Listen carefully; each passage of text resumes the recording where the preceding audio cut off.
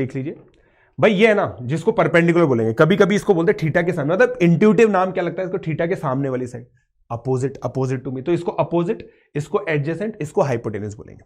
अब मेरी बात आप लोग ध्यान से सुन लेना, ये चीज आती है कि यार ये 6 ही रेशो क्यों होते हैं, सोचने की बात है कि 6 ही रेशो क्यों होते हैं। तो सुनो दोस्तों, भाई ए बी अगर न्यूमरेटर में है तो ए बी बी सी यही 3 रेशो हो सकता है कि नहीं। जब बी सी न्यूमरेटर में है तो यही रेशो हो सकते हैं, नहीं हो सकते। अगर ए सी न्यूमरेटर में है तो यही रेशो हो सकते हैं, मेरे हिसाब से तो यही हो सकते हैं भाई साहब। ठीक है, सब तरह के रेशो लेके देख लो तुम तो। भाई 3 साइड है, 1 2 3, न्यूमरेटर में 1 आएगी, डिनोमिनेटर में 1 आएगी, तो 9 तरह के कॉम्बिनेशन बन सकते हैं। ठीक, उनमें से 3 जो है ना वो तो 1 हो गए, 3 1 हो गए, और बाकी जो 6 बचे उनका नामकरण कर दिया, बाकी जो 6 बचे उनका नामकरण कर दिया, करा या नहीं करा। अब आप देखो, ये ग्रिड आपको बनानी है दोस्तों, इन 6 का हमने नामकरण कर दिया। A B upon B C वाले को हम लोगों ने बोला टेन थीटा या फिर टेंजेंट थीटा। क्या बोला दोस्तों इसको, इस रेशो को। पॉइंट ये कि ये रेशो बार बार अकर करता है, ये जीवन में बहुत बार अकर करेगा, बहुत बार अकर करेगा, हम देखेंगे अभी कि किस तरह से अकर करेगा। तो टेंजेंट थीटा बोलेंगे दोस्तों इसको, कॉसेक थीटा, फिर a B upon B c, फिर इसका रेसिप्रोकल देखो, ये देखो b c upon a b, b c upon a c को बोला को टेंजेंट ऑफ थीटा, नामकरण कर दिया भाई साहब। सेक थीटा को क्या बोला, सीकेंट ऑफ थीटा, इसको क्या बोला, को सीकेंट ऑफ थीटा। नाम लिखिएगा, पूरा पूरा नाम लिखिएगा दोस्तों, कोसाइन थीटा और साइन थीटा। ओके, अब आप सोच के देखिए, मतलब ऐसा लगता है इसके अंदर 1 2 और 3 ओरिजिनल लोग हैं, बाकी जो 3 है ना उनके आगे देखो बस नाम के आगे को लगा दिया।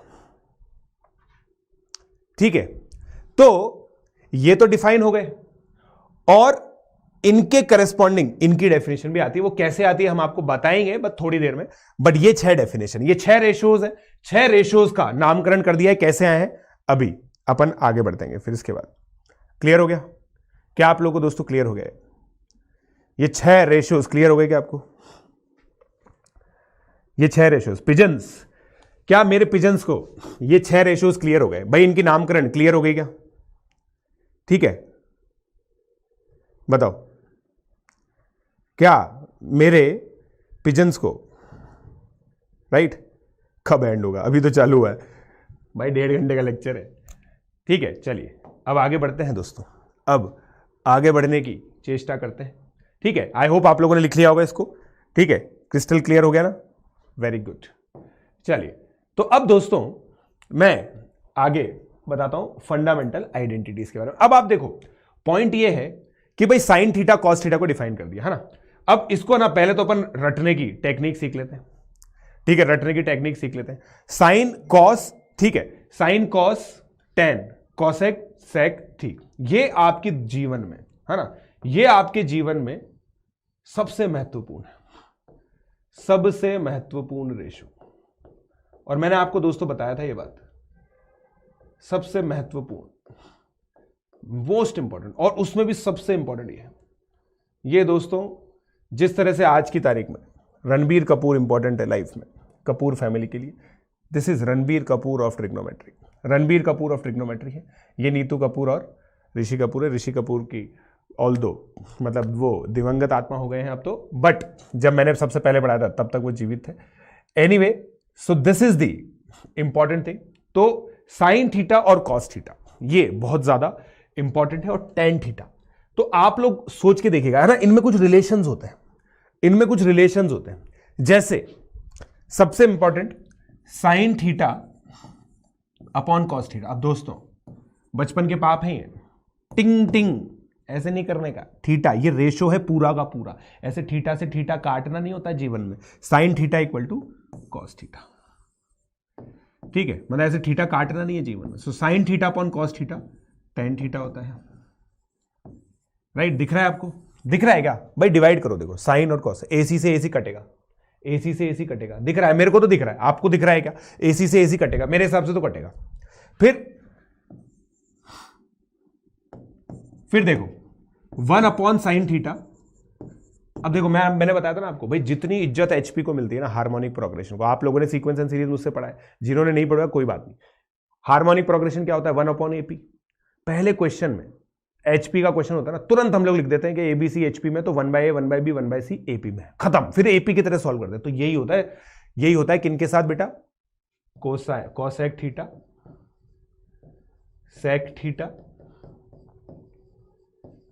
और कॉट थीटा के साथ।